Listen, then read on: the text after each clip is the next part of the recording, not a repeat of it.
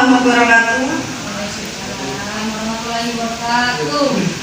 Kepada yang terhormat Bapak Kepala SMK Handayani, Bapak Dita Kaisamba Wisnubrata SPD, yang terhormat Bapak Ibu Guru beserta staf tata usaha, puji syukur kita panjatkan kehadiran Allah Subhanahu wa Ta'ala.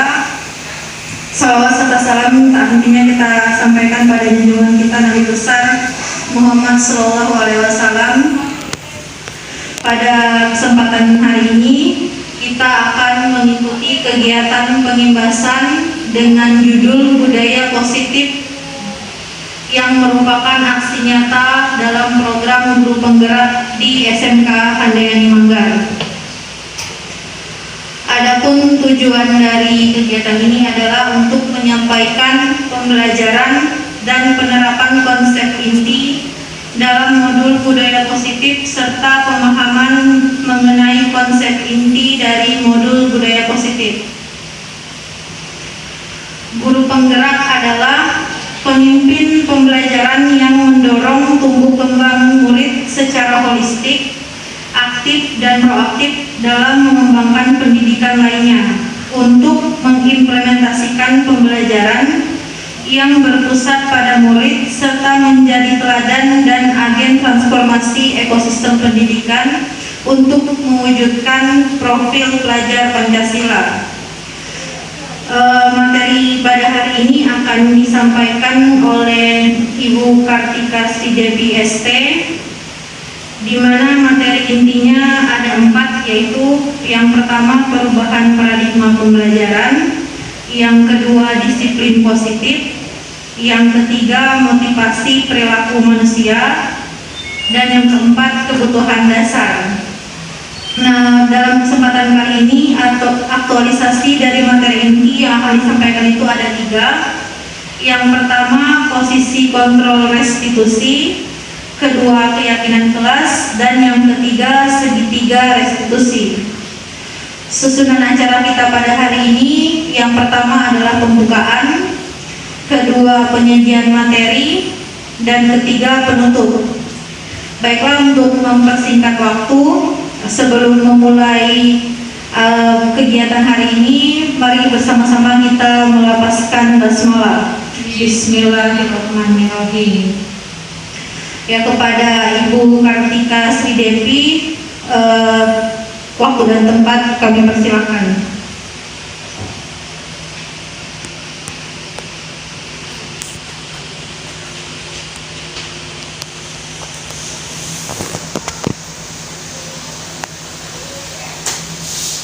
Bismillahirrahmanirrahim. Assalamualaikum warahmatullahi wabarakatuh. Terima kasih kepada Ibu Perti kita sebagai moderator dalam kegiatan aksi nyata dari program guru penggerak. Nah, baiklah, di sini adapun tujuan dari kegiatan dari budaya positif kita yaitu menyampaikan pembelajaran dan penerapan konsep inti modul budaya positif serta pemahaman mengenai konsep inti modul budaya positif. Nah, jadi di sini melalui program guru penggerak dilakukanlah aksi nyata yang terdiri dari 3 materi. Yang pertama posisi kontrol restitusi, kemudian keyakinan kelas, dan segitiga restitusi. Baiklah, Bapak Ibu guru yang terhormat, akhir-akhir ini kita seringkali dibayangi dengan siswa yang dimana mereka di sini di luar dari konteks dalam artian di sini misalnya siswa tersebut melakukan sesuatu yang di luar dari ketentuan yang berlaku. Misalnya contoh simpelnya dari karakter siswa tadi yang dimana mereka acuh kepada lingkungan sekitar, kemudian yang menyebabkan mereka meninggalkan budaya-budaya seperti saling menghormati antar teman ataupun guru. Nah, jadi upaya dalam menanamkan budaya positif di sekolah, guru tadi punya peran sentral, yaitu posisi kontrol guru sebagai manajer dalam menerapkan budaya positif. Guru juga berperan sebagai motivator dan inspirator dalam menumbuhkan budaya positif. Nah, sehingga nantinya guru menjadi agen transformasi perubahan untuk mewujudkan murid yang memiliki karakter sesuai dengan profil pelajar Pancasila. Nah, di sini budaya positif merupakan kebiasaan yang harus diubah dari siswa tadi. Tentunya di sini siswa bisa melaksanakan budaya positif harus didukung dengan sarana dan prasarana. Seperti di sini harus mendapat dukungan dari kepala sekolah, rekan guru, wali kelas, murid, serta masyarakat. Nah, maka dari itu sesuai dengan filosofi dari Ki Hajar Dewantara bahwa di sini bagaimana cara kita memanusiakan manusia. Nah, siswa tadi seperti dalam konteks mereka ibaratkan kita menanam padi. Nah, di situ kita bisa menaburkan benih-benih. Nah, setelah selesai baru bisa kita panen. Nah, posisi guru di sini sebagai menuntun. Nah, menuntun dan menggerakkan siswa tadi ke arah yang lebih baik. Nah, sesuai dengan kodrat alam dan kodrat zaman. Nah, di sini tentunya kolaborasi antara masyarakat dengan sekolah dapat menciptakan karakter murid yang sesuai dengan profil pelajar Pancasila. Nah, karena rata-rata di luar sana banyak sekali masukan-masukan yang mereka terima, baik itu positif maupun negatif. Nah, maka dari itu kita sebagai tenaga pendidik harus bisa mengontrol siswa tersebut supaya tidak kebablasan. Nah, dengan fenomena dari krisis karakter tadi ya itu muncul seperti dari kemajuan iptek yang tentunya punya dampak positif dengan dampak negatif. Nah, jadi tentunya jika mereka banyak mengarah ke arah yang positif itu sangat luar biasa sekali. Apalagi sekarang pada 2050. Nah, di sini siswa harus punya karakter yang baik yang sesuai dengan era digitalisasi pada zaman 5.0. Nah, kemudian tugas kita di sini menerapkan budaya positif di sekolah agar kita bisa memfilter mana-mana yang bagus, mana-mana yang kurang bagus, supaya bisa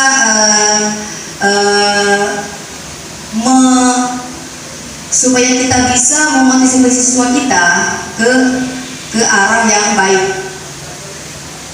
Tentunya dengan dukungan yang terpenting di sini Nah, kemudian di sini sebelum kita ke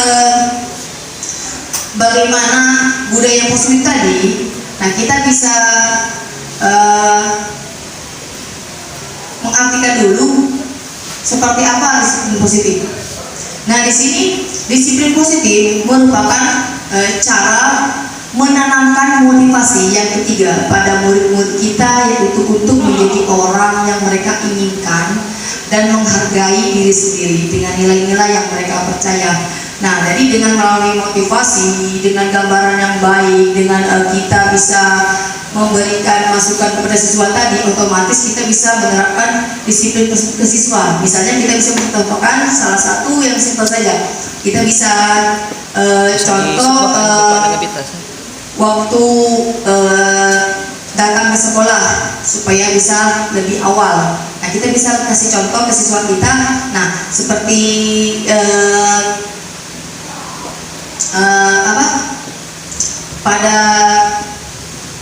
pada itu yang pada istilah, nah guru itu digugu dan ditiru. Nah, maka dari itu dengan kita mencontohkan yang baik ke siswa kita, otomatis mereka bisa melaksanakan apa yang kita kerjakan.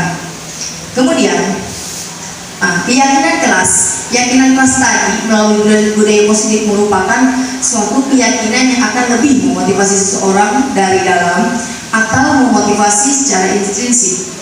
Seseorang akan lebih tergerak dan bersemangat untuk menjalankan keyakinannya daripada hanya sekedar mengikuti serangkaian peraturan.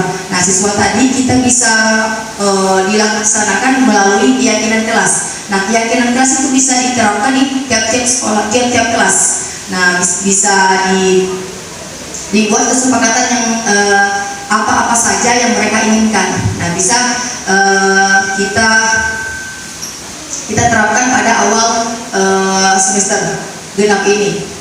Nah, kemudian di sini dengan keyakinan kelas, otomatis mereka merasa mereka dilibatkan dalam membuat suatu peraturan atau suatu keyakinan yang ada di dalam kelas, sehingga bisa tercipta merdeka belajar. Nah, mereka bisa bahagia. Yang mulanya mereka berpikir bahwa sekolah adalah momok yang seperti menyeramkan. Nah, jadi mereka bisa sedikit berubah paradigma seperti itu, dan mereka bisa berpikir apakah mereka bisa ke sekolah dengan hati yang riang. Nah, jika mereka sudah senang, otomatis merdeka belajar ini bisa diterapkan.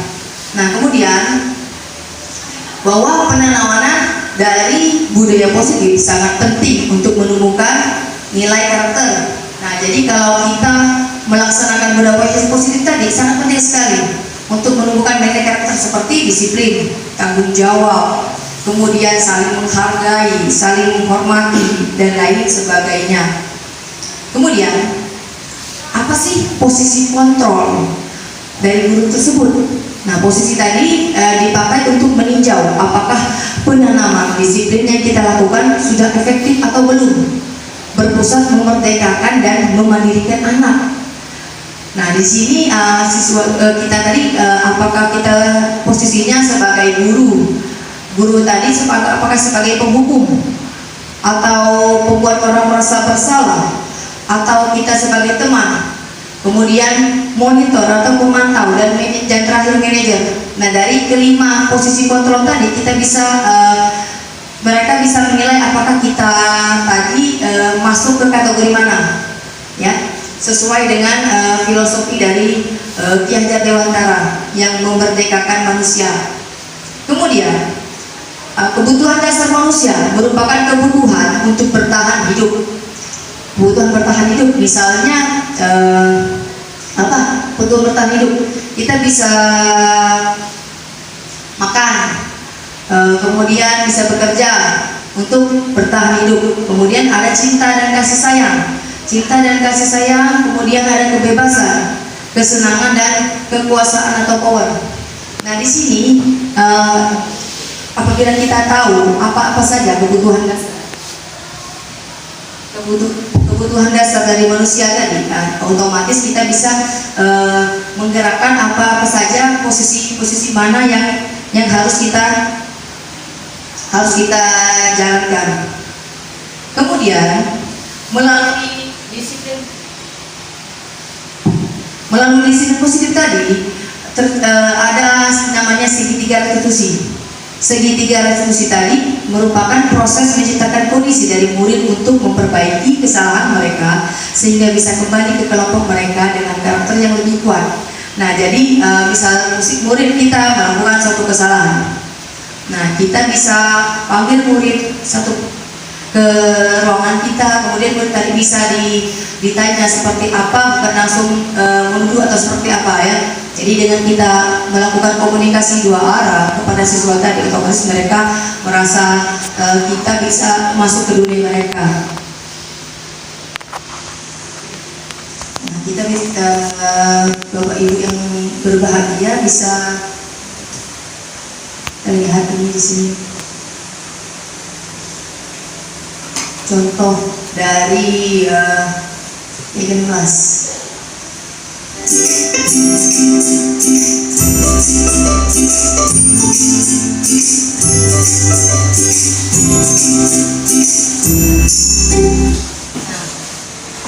Ini pengertian dari restitusi.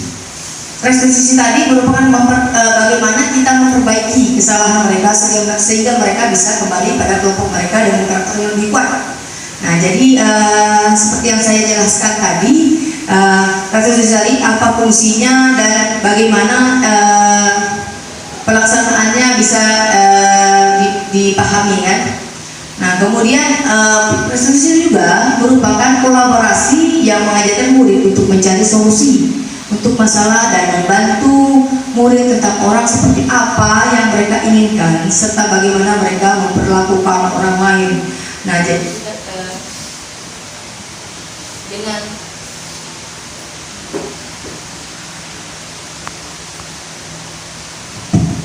dengan tahu dari pengertian dari restitusi, insya Allah kita bisa melaksanakan dari kesepakatan kelas. Kemudian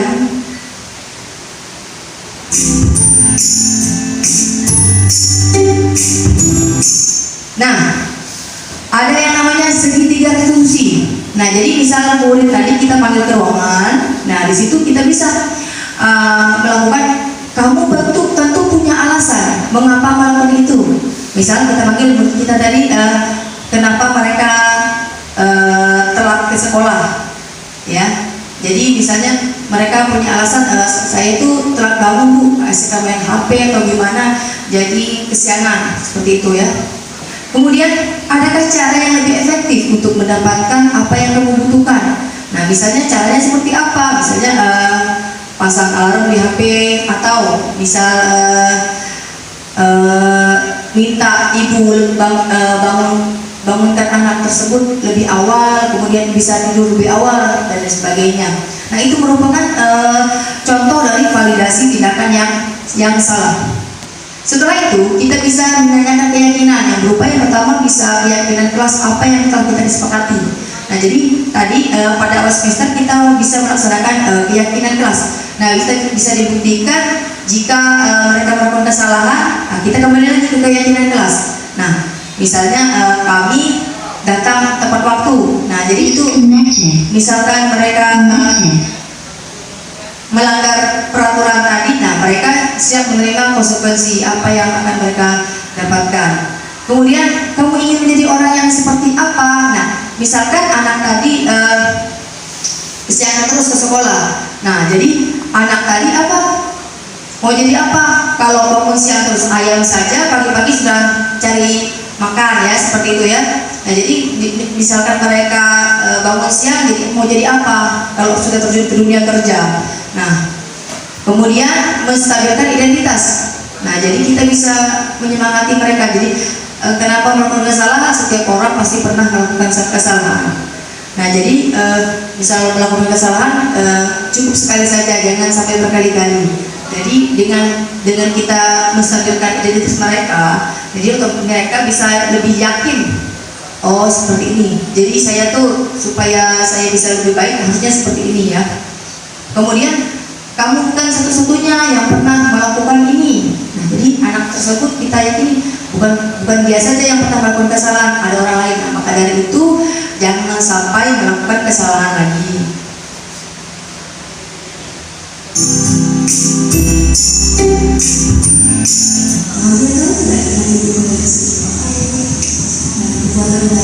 Nah, ini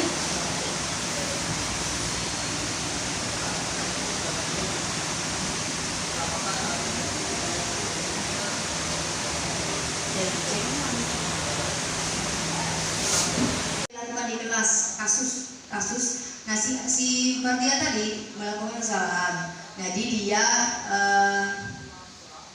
datang telat ke sekolah, kemudian dia tidak mengerjakan tugas. Nah, maka dari itu dia mengambil paksa tugas temannya tadi. Nah, jadi Mardia tadi dipanggil ke ruangan wali kelasnya. Kemudian di sini ditanyakan mengapa dia sampai melakukan kesalahan. Nah, itu merupakan menstabilkan identitas.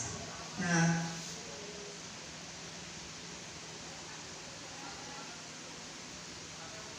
ya nanti termasuk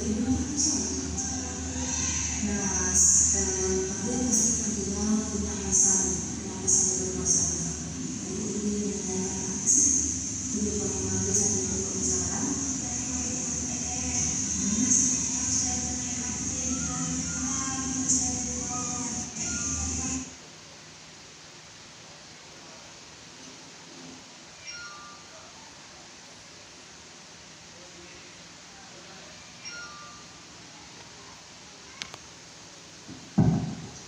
Nah, setelah dipanggil tadi, baru ditanyakan kenapa alasannya kenapa si Mardia tadi sampai melakukan kesalahan. Nah, di sini dijelaskan keasikan main HP, jadi kemalaman tidurnya, jadi bangunnya kesiangan dan tidak membuat PR.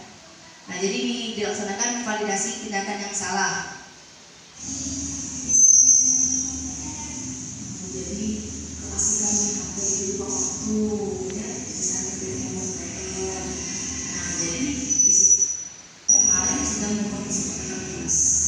Tapi masih nah, setelah itu menyatakan keyakinan. Nah, ditanya keyakinan kelas apa ya? Masih ingat tidak keyakinan kelas apa yang sudah kita buat, yang sudah kita sepakati bersama kemarin di kelas? Nah, disebutkanlah satu persatu apa ya, misalnya kami saling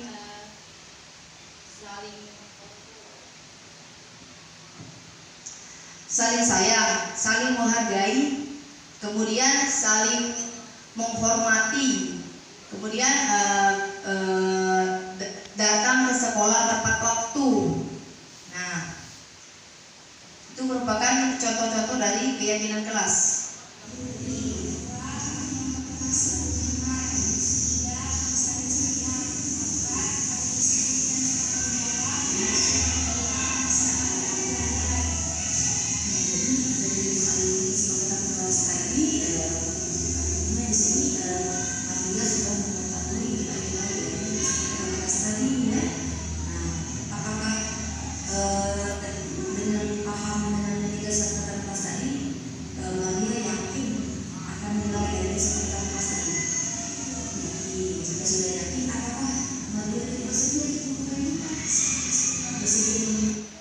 Setelah dijelaskan apa poin-poin penting dari keyakinan kelas, ditanyakan kembali apakah si anak tadi yakin bisa melaksanakan keyakinan kelas tadi.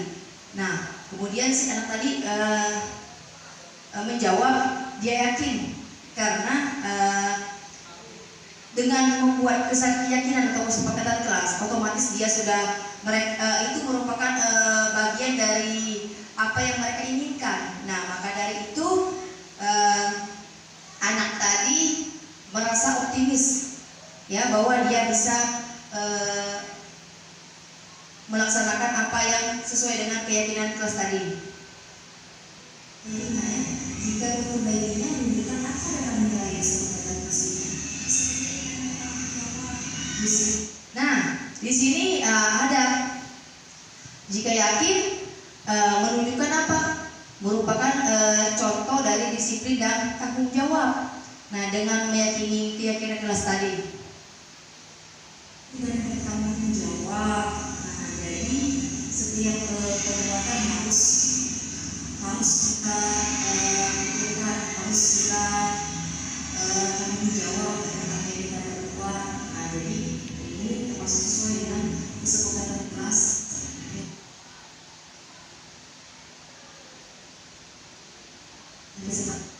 Nah, baru tadi setelah berkomunikasi dengan arah.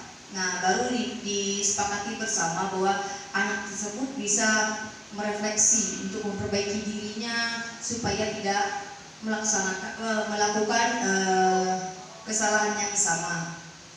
Setelah itu baru anak tadi bisa kembali ke kelas, kembali ke kelompoknya. Karena sesuai dengan bahwa ini dia sudah disiplin dan bertanggung jawab. Terima kasih, dia sudah memperbaiki.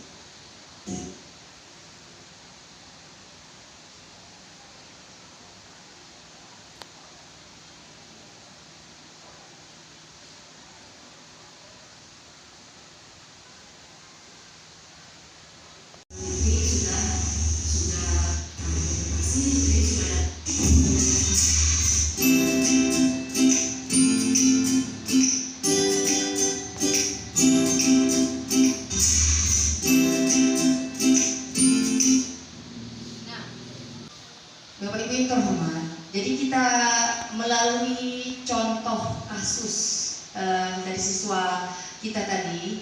Nah, kita kembali lagi ke restitusi. Nah, dengan melakukan restitusi tadi, ya, ketika murid bersalah, guru akan menanggapi dengan cara yang memungkinkan murid untuk melakukan evaluasi internal tentang apa yang dapat mereka lakukan untuk memperbaiki kesalahan mereka dan mendapat kembali harga dirinya. Nah, kemudian restitusi tadi menguntungkan korban, tapi juga menguntungkan orang yang berbuat salah. Nah, jadi di sini restitusi tadi, ya, jadi identitas diri dari siswa tadi kembali. Dia bisa poin-poin dari nilai-nilai kebaikan bisa timbul di sini. Misalnya contoh di sini bisa disiplin. Kemudian dia bisa jujur, terbuka. Nah, jadi merasa anak tadi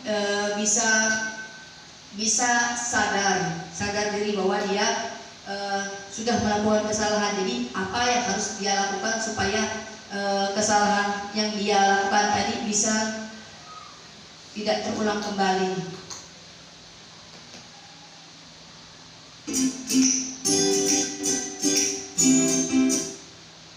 Nah, jadi restitusi juga membantu murid memiliki tujuan, disiplin positif, dan lebih memulihkan dirinya setelah berbuat salah.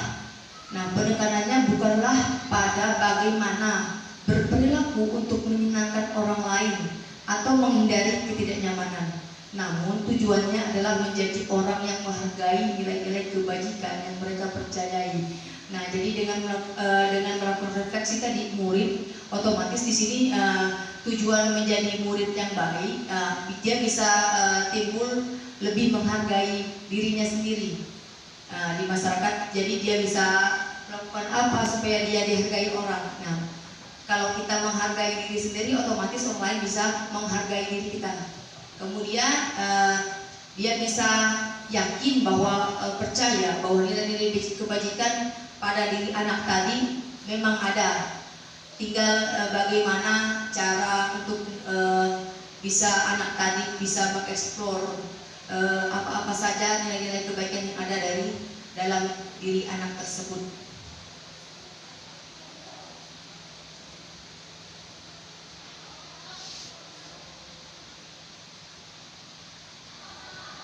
Nah, jadi kita kembali lagi ke budaya positif, Bapak Ibu. Nah, jadi budaya positif bisa kita contoh-contohnya bisa kita terapkan di sekolah. Salah satunya yang pertama, kita bisa melaksanakan yang simpel-simpel saja, seperti menerapkan 5S: senyum, sapa, salam, sopan, dan santun. Nah, dengan kita saling sapa, saling menghargai, kemudian saling menghormati, nah otomatis kita bisa menerapkan pembelajaran yang lebih baik. Kemudian contoh selanjutnya, kita bisa siswa tadi bisa dilaksanakan pembiasaan antri. Misalnya mereka antri ngambil wudhu ketika sholat berjamaah. Kemudian bisa antri, bisa masuk ke kantin dan lain sebagainya. Kemudian bagi contoh selanjutnya, menjaga kebersihan. menjaga kebersihan, tanggung jawab bersama, sekolah bersih, sekolah rapi untuk kedepannya supaya kita bisa lebih nyaman berada di dalam lingkungan sekolah. Kemudian mandiri tadi melalui tugas yang kita berikan kepada mereka. Nah, tugas tadi kan termasuk ke dalam kesepakatan kelas. Nah, kita harus yakin, mereka yakin bahwa di dalam keyakinan kelas tadi ya bisa mengerjakan tugas tepat waktu. Apabila mereka melanggar, nah berarti mereka sudah melanggar kesepakatan yang sudah mereka buat. Nah, kemudian timbullah tanggung jawab apa dari tugasnya tadi.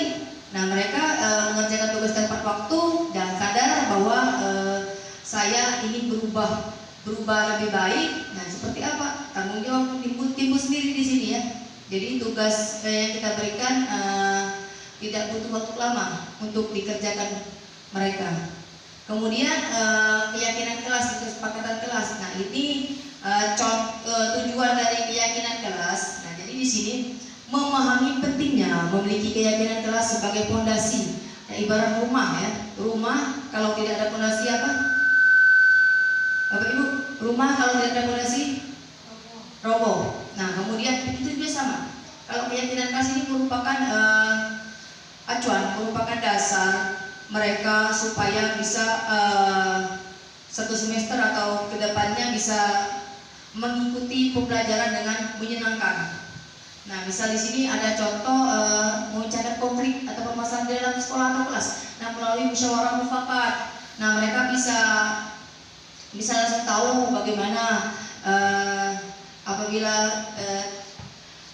ada masalah di dalam kelas, langkah yang harus ditempuh seperti apa. Nah, melalui apa musyawarah tadi ya. Kemudian yang selanjutnya, mengapa bisa keyakinan kelas? Mengapa tidak peraturan kelas saja? Nah, di sini kenapa kita keyakinan kelas? Karena keyakinan kelas tadi pembelajaran berpusat pada murid, bukan berpusat pada guru. Jadi mereka membuat peraturan atas kesepakatan mereka. Jadi bukan kita yang membuat. Nah, sedangkan kalau yang kita buat merupakan peraturan. Nah, peraturan jadi apa yang kita buat tidak melibatkan mereka, itu namanya peraturan. Nah, kalau keyakinan kelas, mereka yang paham apa saja kebutuhan yang mereka inginkan di dalam kelas. Nah, kemudian setelah kita paham mengenai konsep budaya positif tadi yang berpihak pada anak, kita bisa merefleksi dan mengevaluasi praktik disiplin yang pernah kita lakukan. Nah, kemudian setelah merefleksi, evaluasi, kemudian bisa melakukan perbaikan dalam menciptakan budaya positif tersebut. Nah, ini contoh kesepakatan kelas. Nah, jadi dari kesepakatan kelas tadi ya, di sini bisa berupa ditempelkan di kelas-kelas. Nah, jadi saya di sini minta kerjasama wali kelas supaya bisa mengajak anak didiknya untuk sama-sama membuat kesepakatan kelas. Kemudian dari kesepakatan kelas tadi bisa ditempelkan di kelas masing-masing. Nah, di samping itu saya juga punya rencana supaya bisa di sekitar sekolah bisa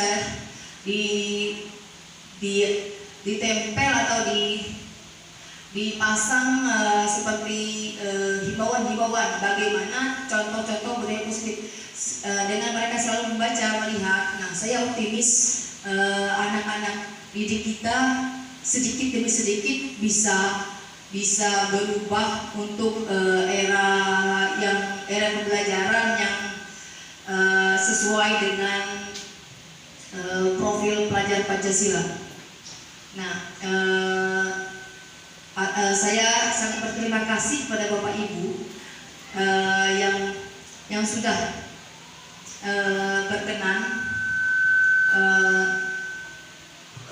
mengikuti materi dari pengimbasan materi dari modul 1 guru penggerak. Nah, saya optimis kita bisa menciptakan budaya positif yang baik untuk sekolah kita, supaya kedepannya kita bisa lebih baik lagi, lebih dihargai, lebih dipandang, lebih lebih bisa maju, lebih bisa bergerak, tentunya dengan dukungan dari Bapak Ibu sekalian. Nah, akhir kata saya ucapkan wabillahi taufiq wal hidayah. Wassalamualaikum warahmatullahi wabarakatuh. Kembali lagi ke moderator Ibu Aprilita.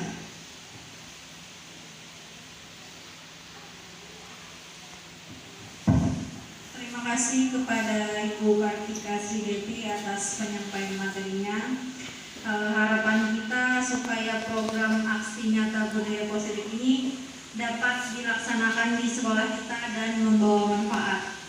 Untuk acara selanjutnya yaitu penutup, marilah bersama-sama kita melafalkan hamdalah. Alhamdulillahirabbil alamin.